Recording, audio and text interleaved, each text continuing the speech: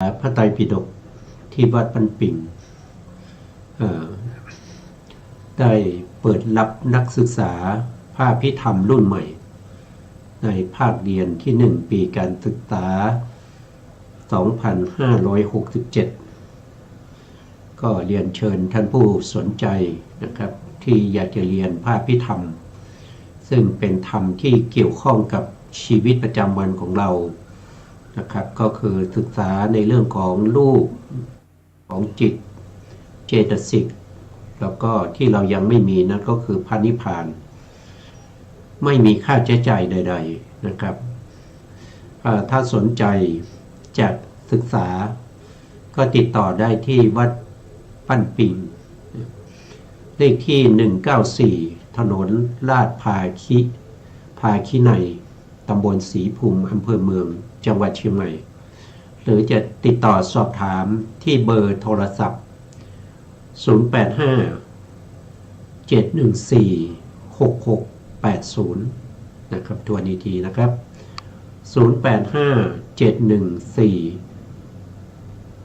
085-714-6680ได้ตั้งแต่บัดนี้เป็นต้นไปครับอันนี้ก็เป็นข่าวประชาสัมพันธ์ในเรื่องของพระพุทธศาสนานะครับเป็นการเสริมสร้างสติปัญญาเพราะว่าพระไตรปิฎกมีอยู่3ปิฎกถ้าว่าโดยพระวินัยก็เป็นการ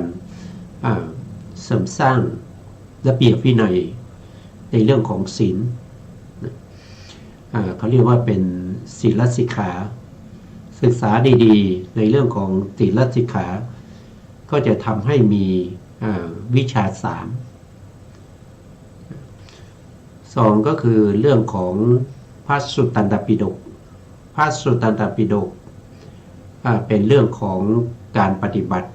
ในเรื่องของสมาธิเรื่องของวิปัสสนาถ้าเราศึกษาดีๆก็จะได้เขาเรียกว่าเป็นอภิญญาหกถ้าเราศึกษาไม่ผิดพลาดนะได้อภิญญาหกแล้วส่วนที่3ก็คือพระอภิธรรมปิฎกพระอภิธรรมปิฎกเป็นเรื่องของปัญญานะครับเป็นเรื่องของการศึกษาให้รู้และเข้าใจสิ่งที่มีจริงปรากฏอยู่จริงเช่นรูปก็คือรูปร่างกายอวัยวะส่วนต่างๆ2ก็คือเรื่องของจิตก็เรื่องของจิต3ก็คือเรื่องของเจตสิก4นั้นยังห่างไกลนั่นก็คือเรื่องของพระนิพพานเราก็ในชั้นปริยัติเนี่ยเราก็ศึกษาไว้ก่อนนะเมื่อเราปฏิบัติจนได้นิพพานแล้วเราก็จะรู้แจ้งเห็นจริงในเรื่องของนิพพานพระอภิธรรมถ้าเราศึกษาดีๆนะครับก็จะได้ปฏิสัมภิทา4อันนี้ก็เป็นธรรมที่มีในพระพุทธศาสนาเท่านั้นนะไม่มีในศาสนาอื่นการปฏิบัติการศึกษาเล่าเรียนปริยัตินำมาประพฤติปฏิบัติจนได้เป็นปฏิเวทนะก็มีผู้ที่ได้บรรลุธรรมของพระพุทธเจ้าเนี่ยไม่ใช่มีเล็กน้อยนะครับมีมากมายเหลือเกินนะครับตั้งแต่สมัยพุทธกาลมานะครับผู้ที่บรรลุชุดแรกนั่นก็คือได้แก่พระปัญจวัคคีย์ต่อมาก็จะเป็นอัคคสาวกทั้ง2มีพระสารีบุตรพระโมคคัลลานะนะครับแล้วก็มีอสิติมหาสาวกอีก80แล้วก็มีพระอรหันต์4คู่8บุรุษตั้งแต่สมัยพุทธกาลจนถึงปัจจุบันนี้ก็ยังมีอยู่อันนี้ก็เ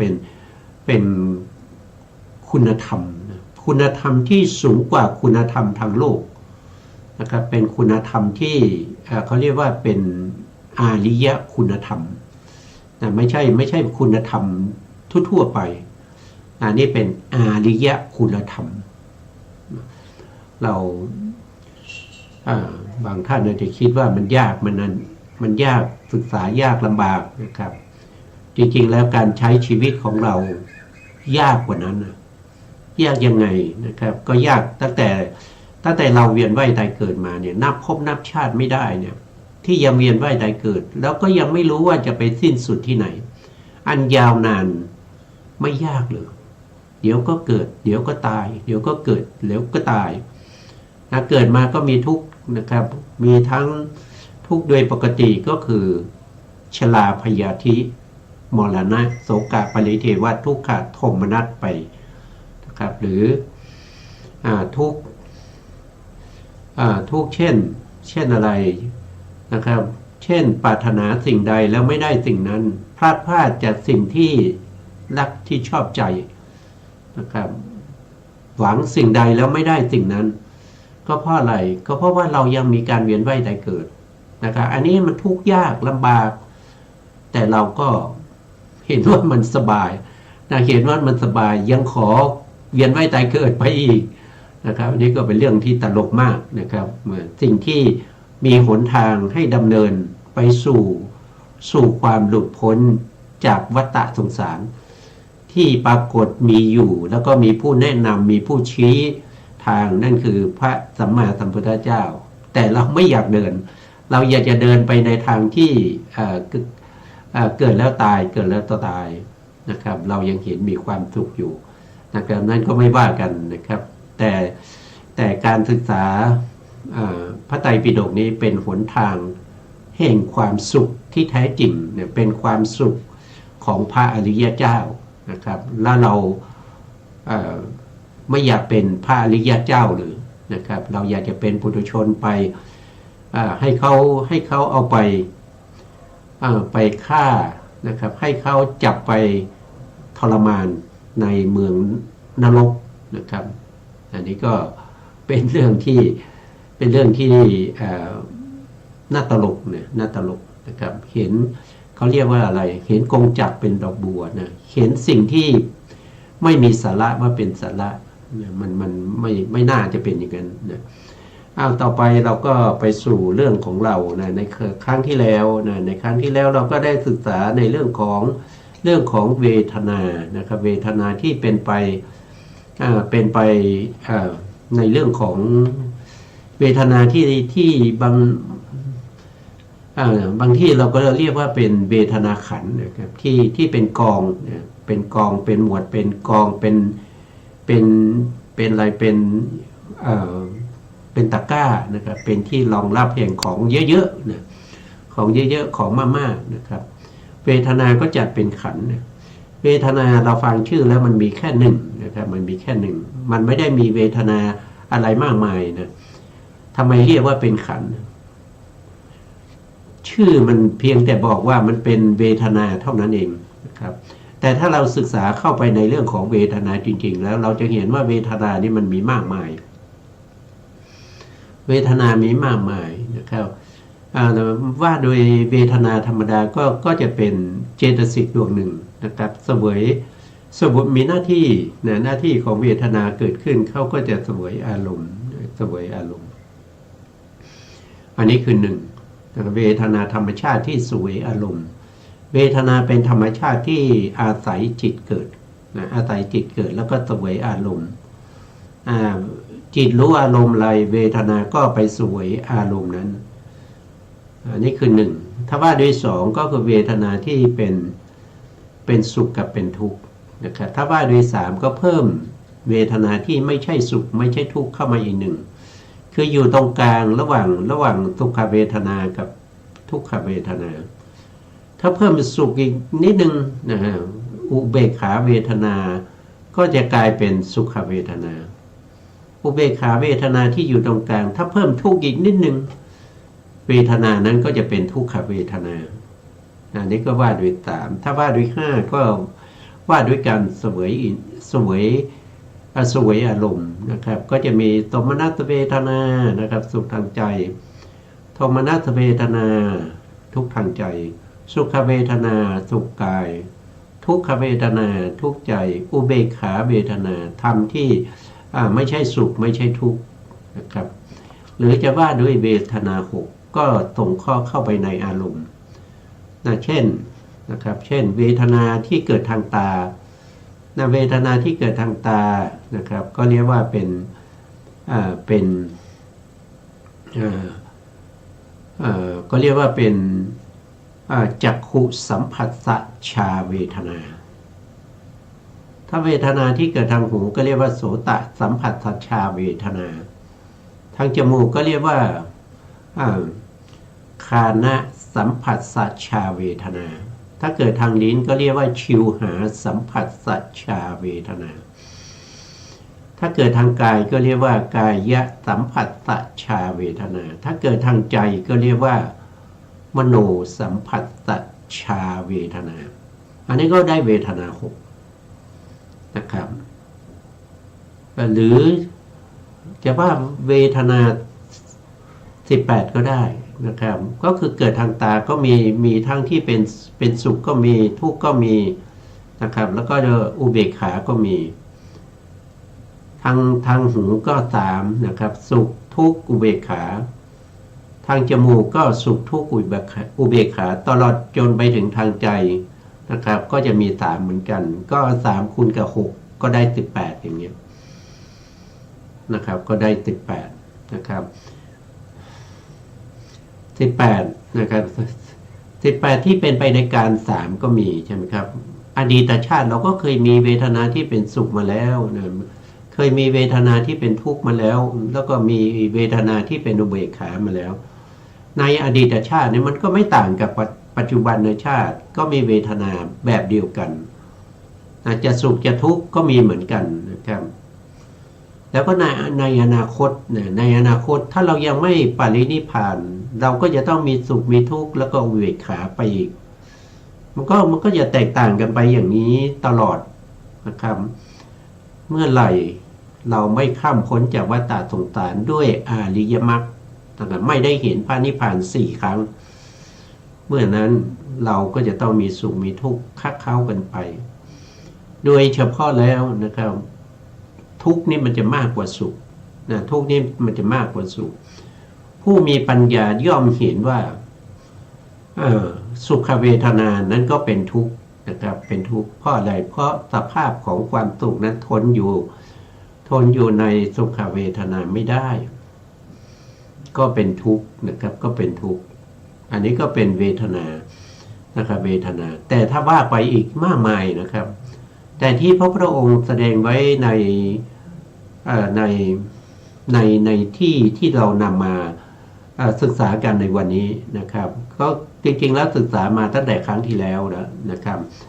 ก็คือเราศึกษาในเรื่องของเวทนาที่เรียกว่าเป็นขันธ์นะครับเวทนาขันธ์เนี่ยที่ท่านจำแนกออกไปก็คือได้แก่เวทนาที่เป็นอดีตเวทนาที่เป็นอนาคตแล้วก็เวทนาที่เป็นปัจจุบันเวทนาที่เป็นภายในเวทนาที่เป็นภายนอกเวทนาที่หยาบเวทนาที่ละเอียดเวทนาที่เดียวสามเวทนาที่ปานีตเวทนาที่ไกลเวทนาที่ใกล้นะครับวันนี้ก็จะมาศึกษาต่อในข้อธรรมข้อที่12นะครับก็นำมาจากพระไตรปิฎกในตรงนี้จะเป็นอภิธรรมปิฎกนะครับอยู่ในพระไตรปิฎกและอรรถกถาชุด91เล่มอยู่ในเล่มที่77นะครับอยู่ในเล่มที่77เรียกว่าเป็นคัมภีร์วิพังค์นะคัมภีร์วิพังค์ซึ่งเป็นคัมภีร์ที่2ในพระอภิธรรมปิฎกนะครับเราก็มาดูต่อท่านบอกว่าในข้อ12เวทนา3เวทนาปานีตเป็นไฉนนะครับทำไมต้องถามนะครับก็ถามเพื่อให้ผู้ฟังนี้เกิดความสนใจนะเพื่อกระตุ้นให้ผู้ฟังได้ตั้งใจฟังนะครับถ้าไม่ถามแสดงไปเรื่อยๆนะครับผู้ฟังก็ฟังไปแต่ละท่านก็จะมีสมาธิที่ไม่เท่ากันบางท่านก็อาจจะฟังได้นานบางท่านก็อาจจะฟังได้แค่5 นาทีนะครับแล้วไปสนใจพูดคุยไปนู่นไปนี่นะถ้ามีการถามนะมีการตอบก็จะมีการสนใจมากขึ้นนะพระพุทธองค์ก็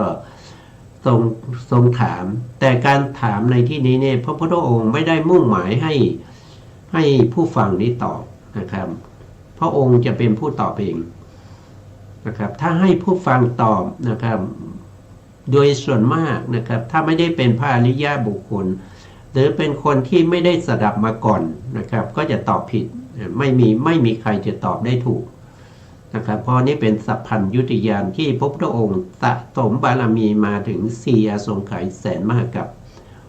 กว่าจะได้วิชาเหล่านี้มานะครับไม่ใช่จะได้มาง่ายๆนะครับเพราะฉะนั้นผู้ที่ไม่มี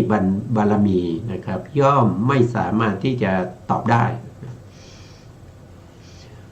พระพุทธองค์ถามว่าเวทนาที่สามนะเวทนาตามเวทนาปานีตเป็นไฉน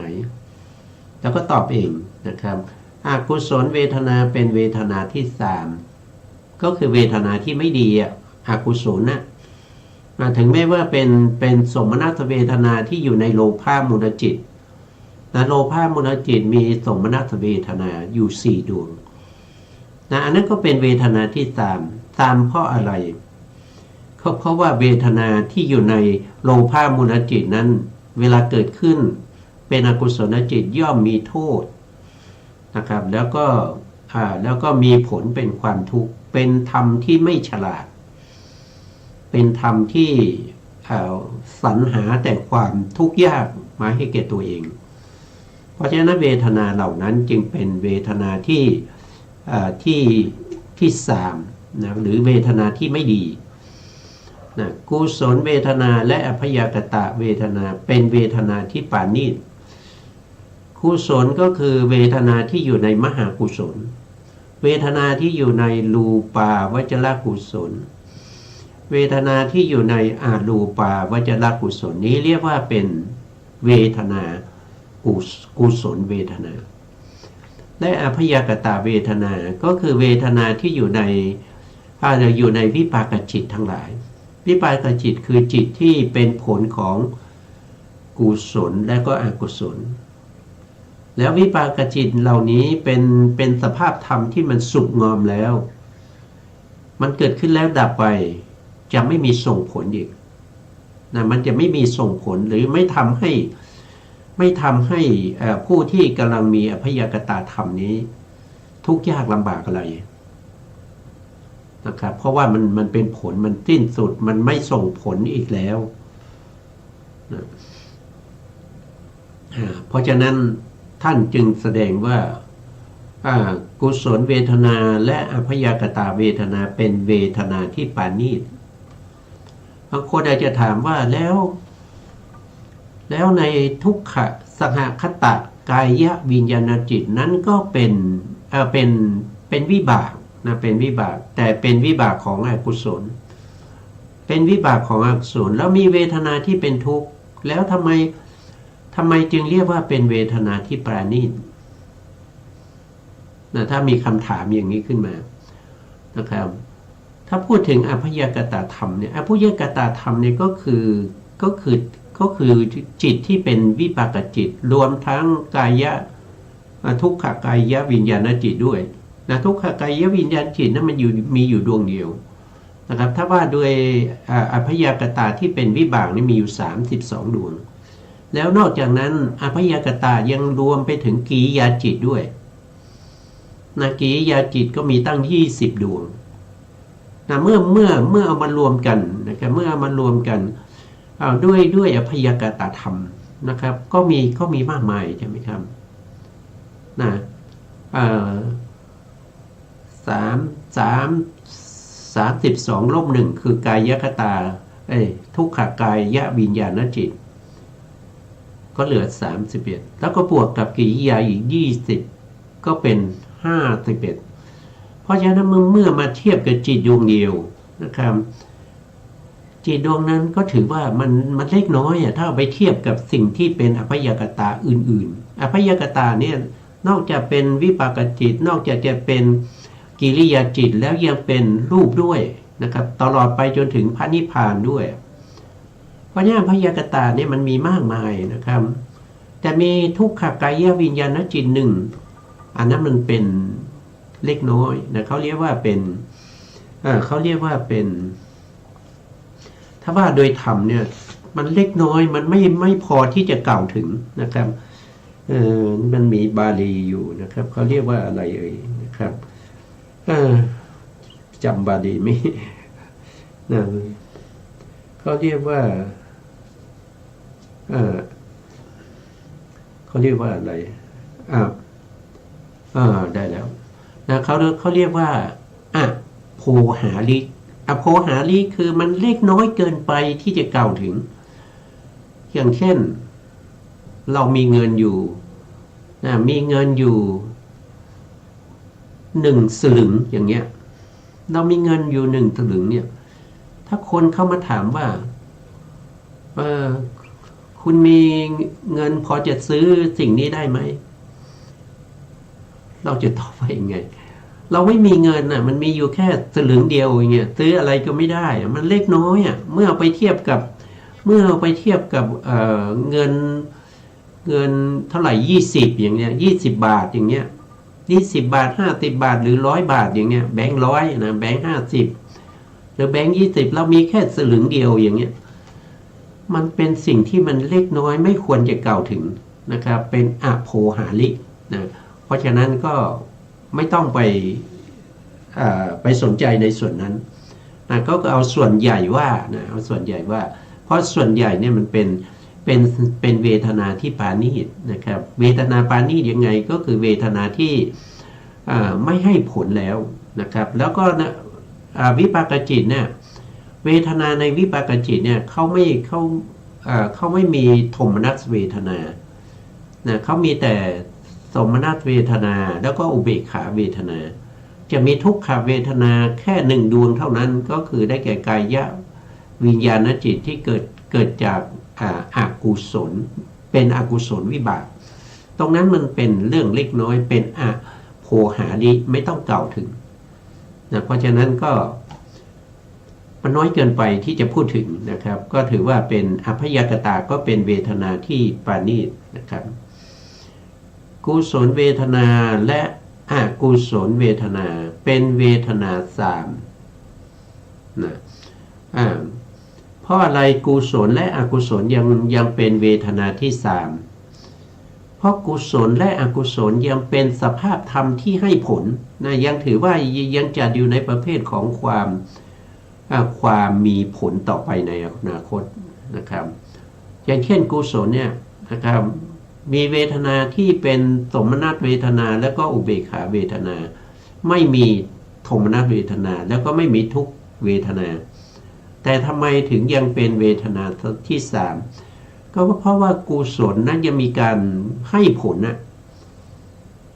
กุศลให้ผลนะครับก็กุศลก็ให้ผลเป็นความสุขไม่ใช่หรือก็ใช่กุศลให้ผลเป็นความสุขแต่กุศลให้ผลเป็นความสุขสมมติกุศลเนี่ยส่งผลให้เรามาเกิดเป็นมนุษย์มาจากอะไรมาจากกุศลกรรมนะครับส่งผลให้มาเกิดเป็นมนุษย์แล้วถามว่าเมื่อมาเกิดเป็นมนุษย์แล้วเนี่ยเราจะมีแต่ความสุขอย่างเดียวหรือมันไม่ใช่นะเมื่อมาเกิดเป็นมนุษย์แล้วมันก็ย่อมมีสุขมีทุกข์มีความเฉยๆนี่มันเขาขึงกันไปนะครับปะปนกันไปนะไม่ใช่จะมีแต่ว่าสุขอย่างเดียวมีใครบ้างที่มีสุขอย่างเดียวเกิดมาเป็นลูกมหาเศรษฐีนะครับเกิดมาเป็นพระราชานะครับเกิดมาเป็นอะไรเป็นสิ่งที่แม้กระทั่งเทวดาพูดง่ายๆเมื่อกุศลนี้ก็ให้ผลไปเกิดเป็นเทวดาพอเกิดเป็นเทวดาถามว่าเทวดาเนี่ยจะมีสุขตลอดอายุหรือมันก็ไม่ใช่นะครับเทวดาก็มีความสุขตามอัตภาพของเทวดาเทวดาก็ยังต้องตายนะครับเทวดาก็ยังต้องตายเพราะเทวดานั้นยังเป็นปุถุชนเทวดายังไม่ได้เป็นพระอรหันต์นะครับยังไม่ได้ปรินิพพานก็ยังเป็นปุถุชนก็ยังต้องตายนะครับก็เพราะอะไรก็เพราะว่ากุศลนำไปเกิดพอนำไปเกิดแล้วกรรมที่ในอดีตที่เราทำนั้นก็ส่งผลนะครับถึงแม้ว่าเกิดเป็นเทวดาแล้วนะครับเทวดานั้นนะครับมีความสุขมากกว่าความทุกข์แต่เทวดานั้นยังต้องตายเพราะฉะนั้นเวทนาเหล่านี้จึงจัดว่าเป็นเวทนาที่3เพราะยังมีผลอยู่นะครับ อกุศลเวทนาก็ไม่ต้องพูดถึงนะครับก็เป็นเวทนาที่สามอยู่แล้วอาพยากตะเวทนาเป็นเวทนาที่ปานีตนะเพราะว่าอะไรเพราะว่าอาพยากตะธรรมเกิดขึ้นแล้วเป็นผลของกรรมแล้วสิ้นสุดแล้วเข้าถึงความสุขงอมเหมือนกับผลไม้นะครับสุกแล้วนะมันจะไม่มีผลอภยกตาธรรมเนี่ยมันจะไม่สร้างให้เราไปเกิดอีกต่อไปมันสิ้นสุดแล้วนะครับก็ถือว่าเป็นเวทนาที่ปานีตถึงไม่ได้สิ้นสุดเหมือนกับพระอรหันต์นะครับแต่ก็สิ้นสุดในสภาพธรรมนั้นนะครับต่อไปทุกขเวทนาเป็นเวทนาที่สามสุขเวทนาและอทุกขมสุขเวทนาเป็นเวทนาที่ปานีตนะครับก็การที่เราจะดูว่าอะไรเป็นเวทนาที่สามที่ไม่ดีนะครับเราก็ต้องมีตัวเทียบนะครับต้องมีตัวเทียบนั่นก็คือเทียบกับเวทนาที่ดีแล้วก็ปานีตอย่างเงี้ยเทียบกันไปเป็นคู่ๆนะครับดูสภาพธรรมเมื่อเปรียบเทียบกันแล้วนะครับอันไหนที่มันไม่ดีก็เป็นเวทนาที่สามอันไหนที่มันเป็นสุขนะครับก็เรียกว่าเป็นที่ดีก็เรียกว่าเป็นเวทนาที่ปานีตเวทนาสุขเวทนาทุกขเวทนาเป็นเวทนาที่สามอทุกขมสุขเวทนาเป็นเวทนาที่ปานีตเวทนาของผู้เข้าสมาบัติโทษทีเวทนาของผู้ไม่เข้าสมาบัติเวทนาของผู้ไม่เข้าสมาบัติเป็นเวทนาที่สามนะก็เหมือนกับพวกเรานะพวกเราไม่ได้ฌานแล้วก็ไม่ได้เข้าฌานนะถึงแม้ว่าเราจะมีสุขนะเราเห็นสิ่งดีๆเราก็สุขนะสุขใจนะได้ยินเสียงดีๆนะครับได้กินดีๆได้รสดีๆได้สัมผัสดีๆก็เป็นสุขนึกคิดถึงอารมณ์ที่ดีๆก็เป็นสุขท่านบอกว่าสุขอย่างนั้นมันเป็นสุขที่ต้องอิงอาศัยอามิตรก็คือต้องอิงอาศัยการได้เห็นได้ยินได้รสได้สัมผัสแต่สิ่งเหล่านี้มันเที่ยงไหม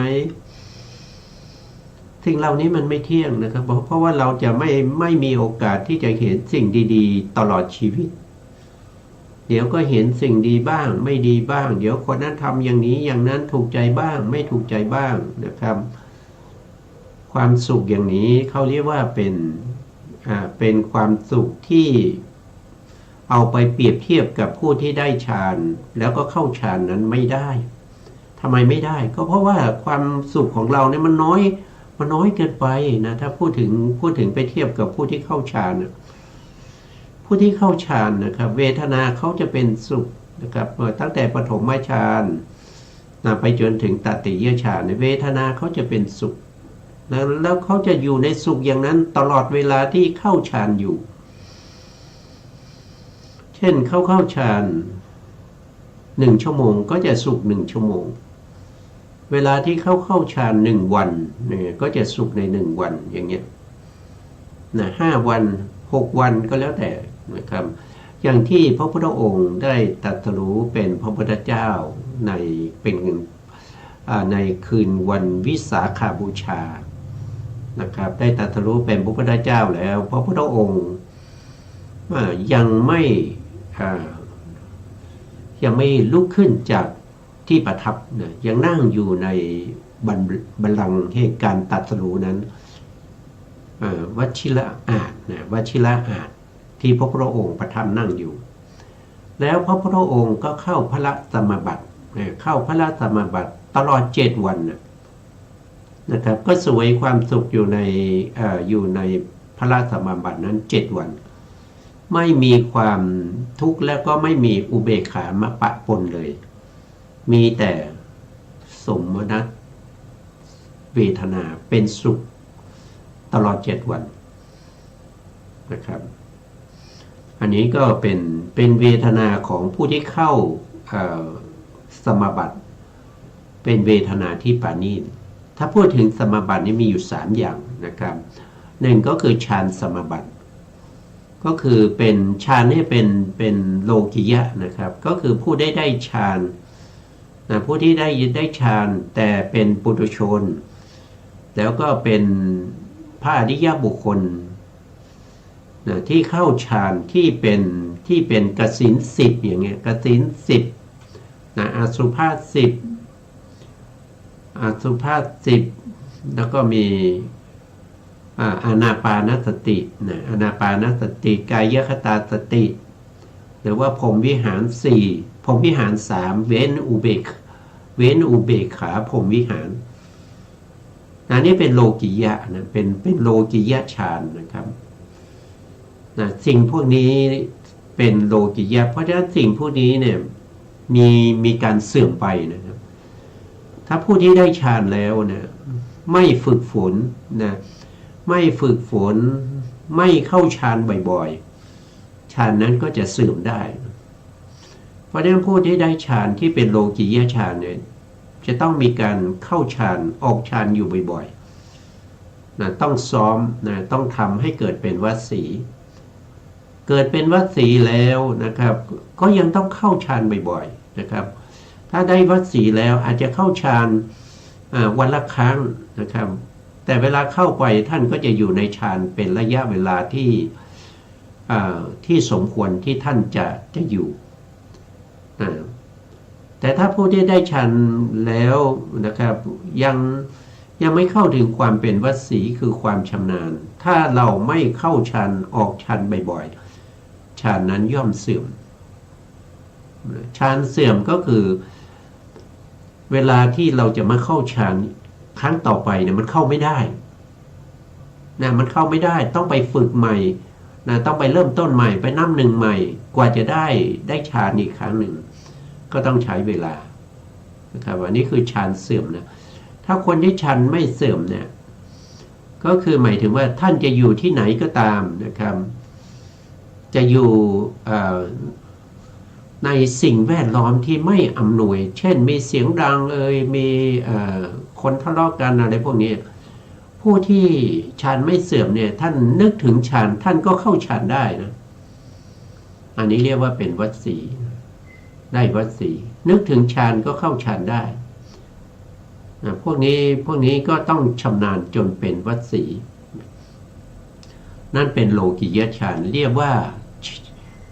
ฌานสมบัติถ้าเป็นโลกุตละฌานนะครับเป็นฌานของพระอริยเจ้าไม่มีโอกาสเสื่อมนะครับนั่นก็คือพระสมบัตินะผู้ที่ได้โสดาบันท่านก็จะมีฌานที่เป็นโลกุตละฌานนั่นก็คือโสดาปฏิผลสมบัติท่านก็จะเข้าพระสมบัติของท่านผู้ที่ได้สกทาคามีก็เข้าฌานผลที่เป็นสกทาคามีนะครับอนาคามีก็เข้าของอนาคามีพระอรหันต์ก็เข้าของพระอรหันต์นี่คือฌานที่เรียกว่าเป็นโลกุตละก็คือพระสมบัติแล้วอีกอันหนึ่งเขาเรียกว่าเป็นนิโรธสมบัตินิโรธสมบัติเนี่ยเป็นฌานสำหรับพระอนาคามีหรือพระอรหันต์เท่านั้นผู้ที่จะได้นิโรธสมบัติมีอยู่สองท่านนะก็คือพระอนาคามีกับพระอรหันต์แล้วการเข้านิโรธสมบัตินี้จะต้องเข้าทั้งโลกิยฌานแล้วก็โลกุตละฌานคือต้องเข้าฌานสลับกันนะเราเข้าปฐมฌานออกจากปฐมฌานเจริญวิปัสสนาแล้วก็ไปเข้าพระสมบัติออกจากพระสมบัติก็เข้าทุติยฌานนะครับออกจากทุติยฌานเข้าพระสมบัติออกจากตติยฌานเข้าตติยฌานแล้วออกจากตติยฌานเข้าพระสมบัติออกพระสมบัติเข้าตติยฌานอย่างเงี้ยไปจนตั้งแต่ปฐมฌานทุติยฌานตติยฌานจตุตฌานไปจนถึงเนวสัญญานาสัญญายตนะฌานก่อนที่เราจะเข้าเนวสัญญานาสัญญายตนะฌานนั้นก็มีการอธิษฐานนะครับ อธิษฐานให้นิโรธาสมาบัติเกิดขึ้นนะครับมีการอธิษฐานอยู่5-6อย่างนะครับยกตัวอย่างเช่นนะอธิษฐานว่าขอให้อัฐบริขารเครื่องใช้ที่อยู่ที่อาศัยที่เราจะใช้ประจำที่เราอยู่ประจำเนี่ยพ้นจากภัยอะไรก็คือพ้นจากภัยที่เป็นอัคคีภัยวาตภัยอุทกภัยจลภัยเวลาที่เข้าไปอยู่ในพระราชสมาบัติเนี่ยสิ่งเหล่านี้จะทำลายท่านไม่ได้ถึงจะมีโจรมานะครับเพื่อที่จะมาปล้นเนี่ยก็มาปล้นมาลักทรัพย์อะไรเนี่ยมันมาทำไม่ได้นะทำมาได้ด้วยฤทธิ์ของนิโรธาสมาบัตินะครับแล้วก็ยังอธิษฐานว่านะครับถ้าคณะสงฆ์มีการประชุมเรียกหาต้องออกมาทันเวลาสมัยพระพุทธเจ้าก็ต้องมีการอธิษฐานว่าถ้าพระพุทธองค์เรียกหาต้องออกมาทันเวลานะครับแล้วก็มีอันนี้เป็นตัวอย่างนะครับส่วนรายละเอียดอย่างอื่นเราจะสามารถศึกษาได้นะครับในคัมภีร์ทางพระพุทธศาสนานะครับเมื่อเข้าไปเวลาเข้าพระราชสมาบัติเนี่ยที่สำคัญอีกข้อหนึ่งนั่นก็คือท่านต้องตรวจสอบนะตรวจสอบอายุไขของท่านนะเพราะการเข้าพระราชสมาบัติแต่ละครั้งเนี่ยท่านจะเข้าอยู่ในพระราชสมาบัติถึง7 วันด้วยกันเวลาเข้าพระราชสมาบัติ7 วันเนี่ยท่านก็จะต้องตรวจสอบอายุของท่านว่าท่านอยู่อายุของท่านเนี่ยจะอยู่ถึงหรือเปล่าใน7 วันนี้ถ้าตรวจสอบแล้วอายุไม่ถึงท่านจะไม่เข้านิโรธาสมาบัติเพราะอะไรเพราะว่าท่านจะต้องไปอำลานะครับอำลาครูบาอาจารย์แล้วก็พระอุปัชฌาย์สาธรรมิกนะครับลาเพื่ออะไรเพื่อปรินิพพานนะครับแต่ถ้ามีอายุเกินกว่านั้นท่านก็จะเข้านะแต่เวลาเข้านิโรธาสมาบัติแล้วเนี่ยจิตของท่านจะไม่เกิดอีกนะตั้งแต่ตรงที่เข้าพระราชสมาบัตินะครับไปจนถึงวันออกครบ7 วันนะครับพอครบ7 วันแล้วจิตของท่านก็จะเกิดอีกเวลาอยู่ในพระราชสมาบัติเนี่ยจิตเจตสิกแล้วก็จิตตชรูป3 อย่างนี้จะไม่เกิดแก่ท่านจะเหลือแต่กามชรูปและก็อุตุชรูปอาหารและรูปนะครับที่ยังเป็นไป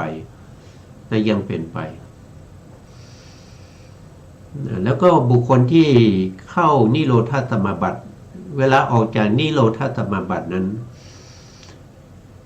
ผู้ที่ทำบุญกับท่านนะครับถวายอาหารแก่ท่านเนี่ยบุคคลนั้นก็จะได้อานิสงส์นะครับอานิสงส์ที่ยิ่งใหญ่นะครับ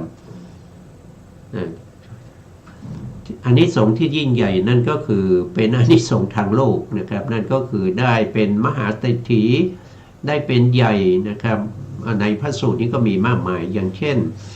ยกตัวอย่างเช่นเทวดานะครับเทวดายังมาอาศัยบุญเทวดาคือใครก็คือท้าวสักกะท้าวสักกะนี่เป็นเทวดาเป็นเจ้าแห่งเทวดาในชั้นดาวดึงส์ก็คือเป็นเทวดาชั้นที่2เขาเป็นเจ้านะเขาเป็นผู้ยิ่งใหญ่ในชั้นนั้นนะเขายังมีความทุกข์อยู่นะครับความทุกข์ของเขานั้นได้แก่อะไรก็คือได้แก่เวลาเรียกประชุมเรียกประชุมเทวดาชั้นผู้ใหญ่เมื่อเรียกประชุมแล้วเทวดามาพร้อมหน้านะครับก็มีเทวดาอื่นที่มีรัศมีเป็นเทวดาลูกน้องนะครับเป็นเทวดาลูกน้องแต่ว่ามีรัศมีกายเนี่ยมากกว่าท้าวสักกะมีอยู่ท่านนึงนะถ้าจำไม่ผิดก็น่าจะเป็น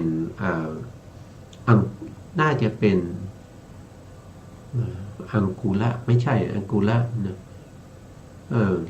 มีเทวดานะองค์หนึ่งเนี่ยที่เขามีรัศมีที่มากกว่าท้าวสักกะเวลาประชุมอะไรนะท้าวสักกะก็มักจะอายนะครับแล้วก็ อายแล้วก็ทุกข์ใจพอเป็นอย่างนั้นท่านก็ทุกข์ใจว่าเอ๊ะทำไมบริวารของเราเนี่ยมันมีรัศมีที่สร้างออกมาจากกายเนี่ยมากมายกบรัศมีของเทวดาอื่นๆแล้วก็ของตัวเองด้วยก็เลยพิจารณาไปพิจารณามาก็พบว่าเราไม่เคยทำบุญในทำบุญไว้ในพระพุทธศาสนาเลยพระพุทธศาสนามีความสำคัญถึงขนาดนั้นนะครับทำให้เราต้องทุกข์ใจอย่างนี้ในอดีตชาติเราไม่เคยทำบุญให้ทานกับพระภิกษุผู้มีศีลไม่เคยทำบุญทำทานให้แก่พระพุทธเจ้าพระปัจเจกพุทธเจ้าหรือพระอรหันต์ทั้งหลายเลยคนนี้เขาทำบุญไว้กับพระอรหันต์ทำบุญไว้กับพระปัจเจกในอดีตชาติแล้วเขามาเกิดเป็นเทวดาเป็นลูกน้องของเราแต่ทำไมรัศมีเขามากมายอย่างนี้เมื่อพิจารณาเห็นอย่างนี้แล้วนะท่านก็รอจังหวะนะรอจังหวะจนได้โอกาสเห็นพระมหากัสสปะนะพระมหากัสสปะท่านเป็นพระอรหันต์พระมหากัสสปะก็เข้านิโรธสมาบัตินะครับท่านก็รู้นะพอรู้แล้วท่านก็เฝ้าดูอยู่ว่าพระมหากัสสปะจะออกจากนิโรธสมาบัติมาเมื่อไหร่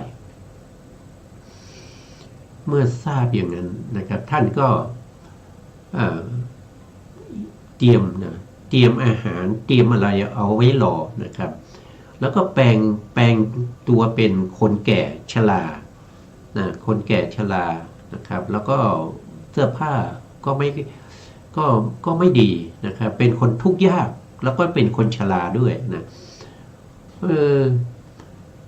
ท่านมหากัสสปะออกจากนิโรธสมาบัติมาก็มาเดินบิณฑบาตนะครับเพื่อจะมาโปรดคนจนนะเมื่อเดินมาก็เห็นคนแก่2 คนสามีภรรยานะครับดูแล้วเป็นทุกขตะเข็นใจก็เดินผ่านมานะท่านยังไม่ได้พิจารณานะครับท่านก็ไม่ได้พิจารณาแล้วท่านก็ไปรับบาตรนะครับพอเทวดาเอาอาหารนะครับเอาอาหารใส่ลงในบาตรของท่านท่านจึงรู้ว่าโอ้นี่มันไม่ใช่เป็นคนธรรมดาอันนี้มันคือเทพมันเป็นเทวดานะครับท่านก็บอกว่าทำไมท่านมาทำอย่างนี้นะการที่เราเข้าพระสมาบัติเพื่อที่จะโปรดคนจนนะครับไม่ใช่มาโปรดพวกเทวดาอย่างท่านนะท้าวตกะก็บอกว่าไม่มีใครแล้วนะครับที่จะมีความทุกข์ยิ่งกว่าผมอีกแล้วนะผมนี่มีความทุกข์มากเหลือเกินเนี่ยท่านก็เล่าเรื่องให้ฟังนะครับแล้วพระมหากัสสปะเมื่อฟังดังนั้นแล้วก็เลยยอมรับนะพอยอมรับบาตรแล้วท้าวตกะก็มีรัศมีเปล่งปลั่งขึ้นมาทันทีนะครับรัศมีของท้าวตกะนะครับทีนี้ท้าวตกะก็สมใจนะสมใจก็ไม่ต้องทุกข์ใจทุกครั้งที่มีประชุมเทวดานี่ก็เป็นแม้กระทั่งเทวดานะครับแม้กระทั่งเจ้าแห่งเทวดานะครับยังมีความทุกข์อยู่เลยนะครับยังต้องมาอาศัยบุญของพระอรหันต์นะครับที่ท่านเข้าพระสมาบัตินะครับอันนี้ไม่ใช่พระสมาบัตินะก็คือนิโรธสมาบัตินะครับเพราะฉะนั้นสรุปแล้วสมาบัติมีอยู่3อย่างนะครับ1ก็คือฌานสมาบัติที่เป็นโลกิยะนะเป็นโลกิยะฌานนะครับ2ก็คือโลกุตระฌานก็เรียกว่าเป็นพระสมาบัติ3ก็คือการรวมทั้งโลกิยะฌานแล้วก็โลกุตระฌานนั้นเรียกว่าเป็นนิโรธสมาบัตินะก็มีเงื่อนไขหลายอย่างนะครับก็พวกเราก็สนใจนะครับสนใจที่จะได้อานิสงส์เหมือนกับท้าวสกัดนะครับเพราะฉะนั้นก็ต้องศึกษาแล้วก็ทำความเข้าใจในเรื่องของสิ่งเหล่านี้นะครับถ้าเราไม่ได้ศึกษาไม่เข้าใจนะครับเราก็จะไปทำสิ่งที่ไม่พึงประสงค์นะครับเราอยากจะได้อะไรได้โภคทรัพย์ แต่เราไปทำกับคนที่เขาไม่ใช่เป็นพระอริยบุคคล แล้วเขาบอกว่าเขาเข้าพระสมาบัตินะเราก็ไปทำบุญกับเขาเนี่ย มันก็ไปทำบุญกับคนที่ไม่มีศีลนะคนอย่างนี้เขาเรียกว่าคนไม่มีศีลนะครับ เพราะอะไรก็เพราะว่าเขาไม่ได้เป็นพระอริยบุคคล แต่เขาบอกว่าเขาเข้านิโรธาสมาบัตินะครับ เพราะฉะนั้นศีลเขายังไม่มีนะครับเขายังมีมุสาอยู่ แล้วเราไปทำบุญจะมากน้อยแค่ไหนนะครับ มันก็มีอานิสงส์น้อยนั่นเองเพราะทำกับบุคคลที่ไม่มีศีลไม่มีศีลแม้กระทั่งศีลยังไม่มีนะครับอย่าพูดถึงเรื่องของฌานนะครับอย่าพูดถึงเรื่องของพละอย่าพูดถึงเรื่องของนิโรธาสมาบัติเราถูกหลอกเสียแล้วนะครับเพราะอะไรเพราะว่าเราไม่รู้นะเราไม่รู้เราจึงถูกหลอกอยู่เป็นประจำนะอันนี้เราต้องรู้นะเราต้องรู้ไม่มีใครที่จะมาบอกเรานะครับนอกจากพระพุทธเจ้านะครับนอกจากคำสั่งสอนของพระพุทธเจ้าเท่านั้นที่จะบอกเราได้เราสามารถที่จะศึกษาทำความเข้าใจได้ถึงแม้ว่าพระพุทธองค์ได้ปรินิพพานไปแล้ว 2,600 กว่าปีนะครับแต่เราก็สามารถที่จะศึกษาได้นะครับทำความรู้ความเข้าใจถ้าเราตั้งต้นว่ามันยากศึกษาไม่ได้มันก็ต้องยากต่อไปนะครับมันก็ต้องยากต่อไปแต่ถ้าเราตั้งใจว่าเราศึกษาแล้วเราฟังธรรมแล้วเนี่ยเราเข้าใจได้นะครับเราเข้าใจได้ เพราะว่าเราไม่ได้เกิดมาในอะไรก็เรียกว่าไม่ได้เกิดมาเป็นเดรัจฉานอย่างเงี้ยเราเกิดมาเป็นมนุษย์เรามีอวัยวะครบ32เรายังสามารถที่จะเรียนหนังสือทางโลกนะครับได้จนถึงจบปริญญาตรีหรือว่าจบป .4 นะจบป .4 ก็ยังมีปัญญาแล้วนะครับสามารถที่จะอ่านออกเขียนได้นะครับสามารถที่จะคิดคำนวณเลขทั้งหลายได้บวกลบคูณหารได้อย่างเงี้ยนะครับพระธรรมคำสั่งสอนของพระสัมมาสัมพุทธเจ้ามันไม่ได้ยากเกินกว่านั้นนะการบวกเลขเนี่ยมันยังเป็นเรื่องของภายนอกนะครับเป็นเรื่องของภายนอกเป็นเรื่องของสิ่งที่มาอยู่นอกร่างกายของเราแต่คำสั่งสอนของพระเจ้าเนี่ยท่านแนะนำแล้วก็สั่งสอนให้พวกเราเข้าใจและก็รู้สิ่งที่เรามีอยู่ในตัวของเราเนี่ยนั่นก็คือได้แก่จิตเรามีจิตไหมนะครับทุกคนนะครับถ้ายังเป็นมนุษย์เป็นเดรัจฉานเป็นเปรตเป็นอสุรกายเป็นสัตว์นรกเป็นเทวดาเป็นพรหมหรือว่าเป็นอรูปพรหมทุกคนก็ต้องมีจิตอยู่แล้วนะครับเราไม่ได้เป็นคนที่จะไม่มีจิตนะมันมีอยู่ที่เดียวนะครับนั่นก็คือได้แก่อสัญญาสัตตพรหมเป็นพรหมที่ไม่มีจิตนะเจตสิกเราก็มีอยู่แล้วนะครับเจตสิกจิตเราก็มีเจตสิกเราก็มีนะครับแล้วก็รูปเราก็มีเราสามารถเดินไปเดินมานะครับได้ทำบุญได้นะครับฟังธรรมได้รักษาศีลได้นะครับถ้าเราไม่ตั้งแง่ไว้ก่อนว่ามันยากเกินไปอย่างเงี้ย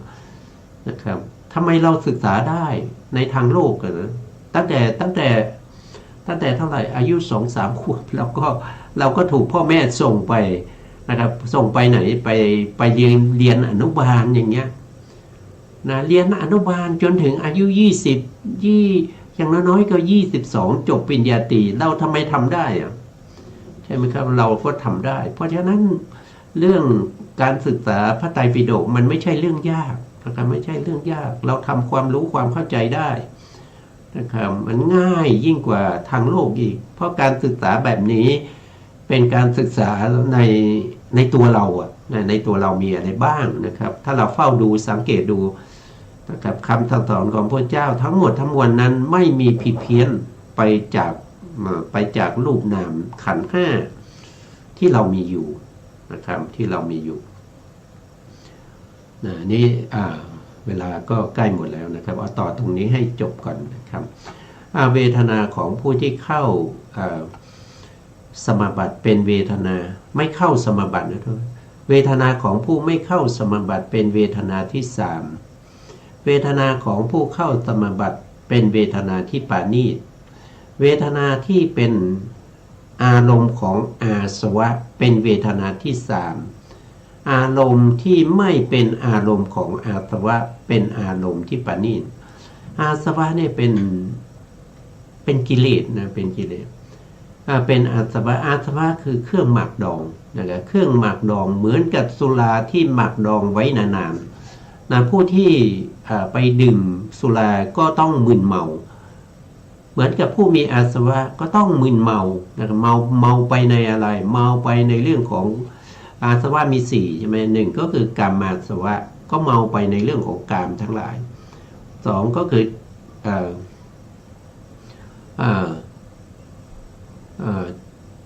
ทิฏฐาสวะนะครับก็อันนี้ก็เมาหลงไปในสิ่งที่มันสำคัญผิดมันเป็นทิฏฐิมันเป็นทิฏฐิตามก็คือกามโมสวะนะครับภาวาสวะนะภาวาสวะก็คือได้แก่การหลงไปในเรื่องของภพภูมิต่างๆนะครับก็ไปเกิดในภพภูมินั้นก็ยินดีพอใจไปเกิดเป็นเปรตเป็นอสุรกายเป็นสัตว์นรกก็ยินดีในภพภูมิที่ตัวเองไปเกิดนะครับไปเกิดเป็นมนุษย์เทวดาเป็นพรหมก็ยินดีในภพภูมิเหล่านั้นอันนี้เรียกว่าเป็นภาวาสวะทิฏฐาสวะก็คือความเห็นผิดได้พูดไปแล้วแล้วก็อีกอันหนึ่งก็คืออวิชชาสวะอวิชชาสวะก็คือความไม่รู้ความไม่รู้นี่มาจากไหนความไม่รู้ก็มาจากอะไรมาจากเราไม่ได้สดับเราไม่ได้สดับฟังพระธรรมคำสั่งสอนของพระเจ้าเราไม่ได้สดับเราไม่ได้ทำความเข้าใจนะครับไม่ได้สดับแล้วก็ไม่ฉลาดในธรรมของพาริยะไม่ได้รับคำแนะนำของพาริยะไม่ได้พบเห็นพาริยะนะครับสิ่งเหล่านี้เป็นสิ่งที่เป็นเหตุให้เราเป็นผู้ที่ไม่ฉลาดเป็นผู้ที่ไม่มีความรู้ความเข้าใจในเรื่องของหนทางที่จะดำเนินไปสู่ความสุขที่แท้จริงของสรรพสัตว์ทั้งหลายอาสวะเป็นสิ่งที่ไม่ดีนะเป็นกิเลสนะเป็นกิเลสนะที่นอนเนื่องอยู่ในขันธสันดานของเราก็เรียกว่าเป็นอนุสัยนะสิ่งพวกนี้เป็นสิ่งที่ไม่ดีก็เรียกว่าเป็นเวทนาที่สามส่วนเวทนาที่ไม่เป็นอารมณ์ของอาสวะก็เป็นเวทนาที่ปราณีตนะครับหรือพึงทราบเวทนาปราณีตโดยในเทียบเคียงเวทนานั้นเป็นชั้นๆไปนะครับอันนี้ก็เป็นอะไรเป็นคำสั่งสอนของพระพุทธเจ้านะครับไม่ใช่เป็นคำสั่งสอนของผู้ที่มีกิเลสนะครับไม่เพราะฉะนั้นเราก็เรียนแล้วก็ทรงจำคำสั่งสอนของพระพุทธเจ้าเอาไว้นะเพื่อใดเพื่อประโยชน์อันสูงสุดนะครับในอนาคตข้างหน้าเราต้องได้เป็นพระอริยบุคคลแล้วก็ปรินิพพานไปนะครับสิ้นทุกข์เสียทีนะครับวันนี้เวลาหมดแล้วนะครับสุดท้ายนี้นะครับก็ขอกราบขอบพระคุณพระครูสมุทรวิสุวรรณวรกิจโจผู้อำนวยการสถานีวิทยุเพื่อการศึกษาพระพุทธศาสนาและวัฒนธรรม FM 104.5 เมกะเฮิรตซ์วัดฝายหินจังหวัดเชียงใหม่และขอบพระคุณพระครูปริยัติยานุศาสตร์ขอบคุณท่านผู้ฟังและผู้ชมทุกท่านที่ให้เกียรติติดตามในรายการพระไตรปิฎกลอยฟ้าพบกันใหม่ในโอกาสต่อไปครับวันนี้ลาไปก่อนครับสวัสดีครับ